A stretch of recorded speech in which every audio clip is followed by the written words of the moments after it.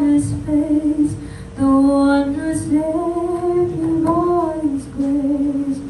When he takes me by the hand and leads me through the promised land. What a day, glorious day, that will be. Gaano katagal nga ba ang paglalakbay? Gaano karaming hakbangin pa nga ba ang kailangang ilaan para marating ang paroroonan? Gaano kabilis nga ba ang isang linggo? Ang tuloy ng araw, tila kailan lang pero eto, oras na naman. Gaano katagal ba ang pag-ibig? Pwede ba itong madaliin, itigil, o kaya na may pabilisin? Ewan ko rin. Halina't masdan ang kwento ng Isang Linggong Pag-ibig. SSBC Youth Skit Presentation 2025. Marami na naman sa mga miyembro ng church ang hindi nakadalo kahapon sa bahay-sambahan. Mapuntahan nga sila at makamusta? Unang pinuntahan ng pastor ang isang kabataan na hindi na nagawa ang kanyang ministeryo. Sunod ay isang young prof na laging maraming ginagawa sa kanyang trabaho. Tapos ang isang nanay na nagsasampay ng mga nilabhan niya kahapon. Araw ng linggo. Bakit wala ka kahapon sa church? Hinihintay kita eh? Kapag sinasambit niya ang mga katagang ito, iisa lamang ang palaging sinasagot ng mga miyembro. Ay hindi na nga ho naka-attend eh. Sabay kamot sa ulo, buntong hininga. Umuwi ang pastor na malungkot sa mga narinig niya sapagkat marami sa mga miyembro ang hindi pinapahalagahan ang pagdalo sa bahay-sambahan sa araw ng linggo. Kitang-kita sa mukha niya ang panluluho, titingin sa kawalan. Aray ka! Lunes pa lang, marami pang mga araw.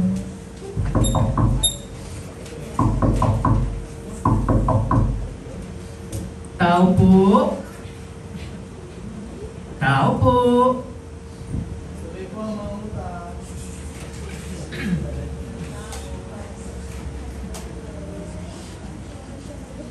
Tao po!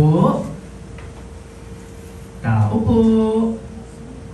Oh, hindi na pala po kayo kasi.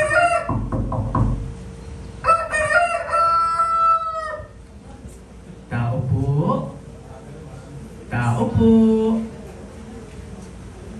Tao po! Tao po!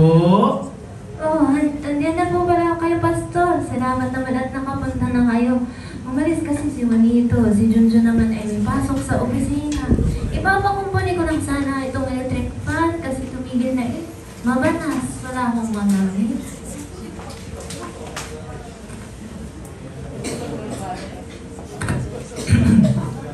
Ayos na to, Lola!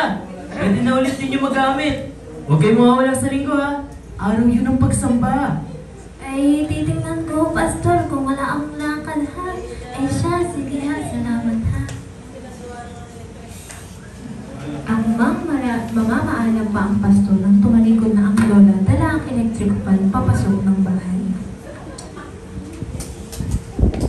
Nawala ang ngiti sa kanyang mga labi. Naglakad na rin siya pabalik.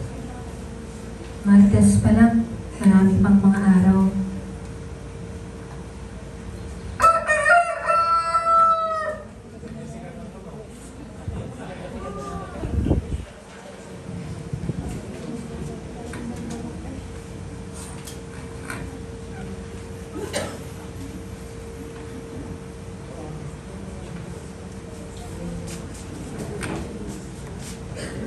Uy, dito na kayo mamili.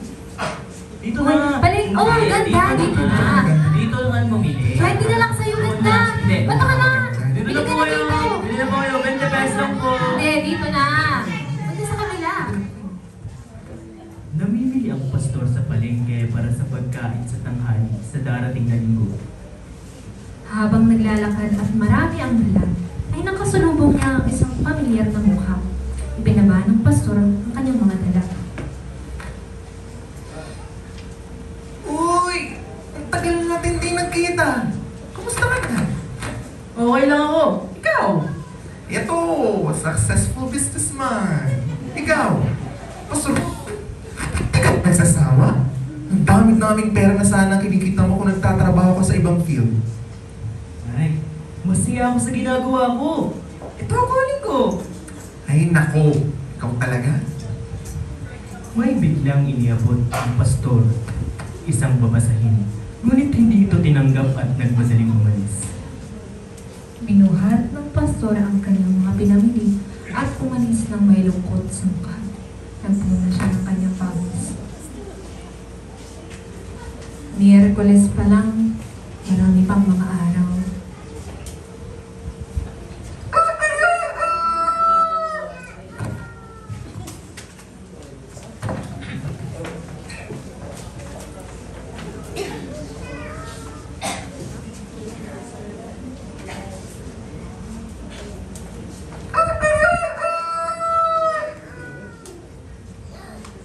Sa paghayo at pagbabahagi ng mabuting balita, ang naisin ay makakilala ang mga tao.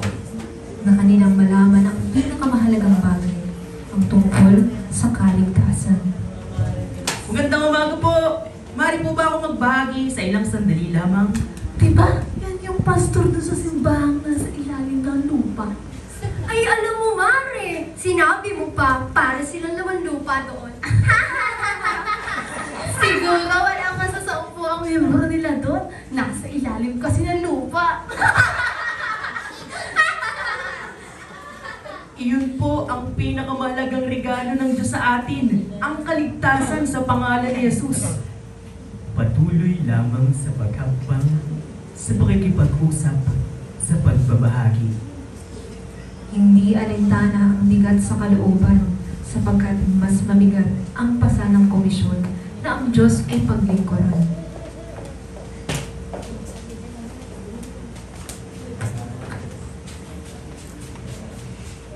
Huwebes pa lang, marami pang mga araw.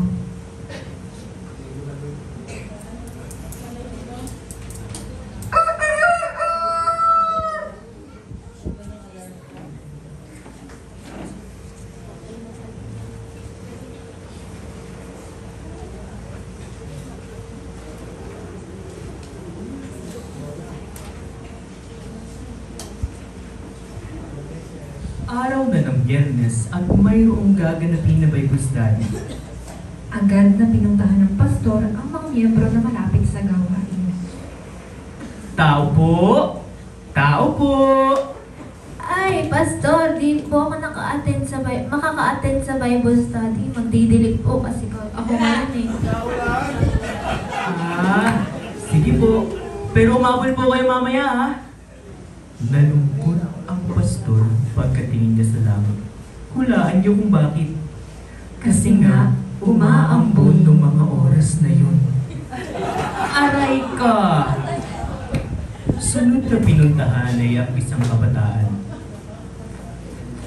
Ay, pastor, di po ako makakasama ngayon. Madami po kasi akong kaibigan. Bakas sa kanyang mukha ang lungkot. Marami na namang hindi nagpahalaga sa gawain. Sa 2 oras lang na gawain para sa Panginoon. Hanggang kailan magdadahilan? Hanggang kailan kaya nila ito hindi pahahalagahan? Lumipas ang mga oras, kahit isa ay walang dumating sa gawain.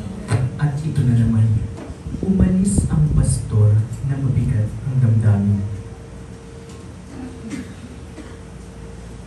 Biyernes pa lang, may isang araw pa.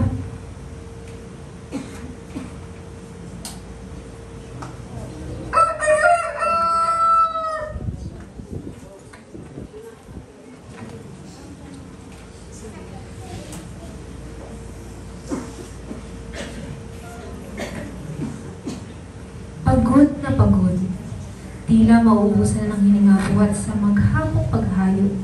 Dumating ang pastor sa kanilang tahanan. Agad na sinalubong siya ng mga anak, excited na naghihintay sa kanyang pag-uwi. Papa! Papa! Papa! Papa! Papa! Ano pa ba? Papa! Kanina ka pa po namin nanihintay.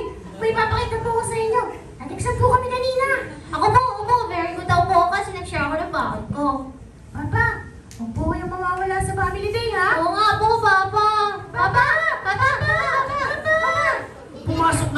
ko. Napasigaw ang pastor, dala na rin ng pagod at mga isipin. Tila nagdilim ang kanyang paningin. Maghapong inaalala ang iba. Pero paano naman ang sarili niyang pamilya? Tumpa ang pastor. Sabado na, huling araw na.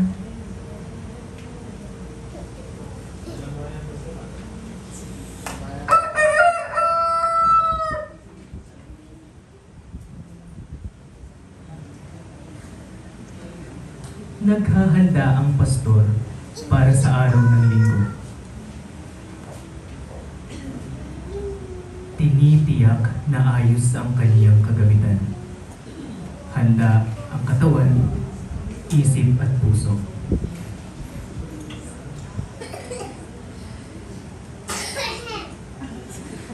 Ang ating paglilingkod ay sa Diyos lamang nakatuon, hindi sa palakpak ng tao, ng kanilang pag-aproba, pagkilala o anumang bagay dito sa lupa. Ang ating paglilingkod ay sa Diyos at sa Diyos lamang. Amen? Na para bang walang dinadala. Isang linggong pagtitimpik at pagtitiis. Maging sentro lang ang paglilingkod sa Diyos. Buti naman natapos na ang preaching, kagutong pe. Sinabi mo pa, Mars, pagkakahaba naman ng preaching, kala mo lang yung maubusan.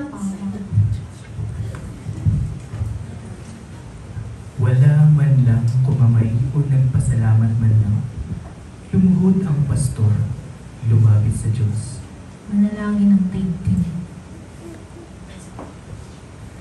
Ginamit ko ang aking lakas para makipagbaka sa pananampalataya upang sa akin, ikaw, O Diyos, ay makita.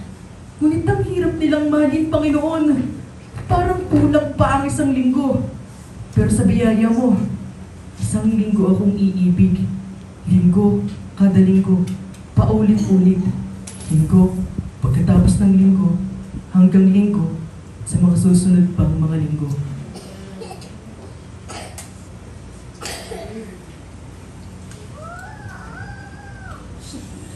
Mula linggo hanggang Sabado, pag-ibig, araw-araw. Linggo, bawat linggo. Isang bagong paglikha. Pitong perpektong panahon. Isang linggong pag-ibig.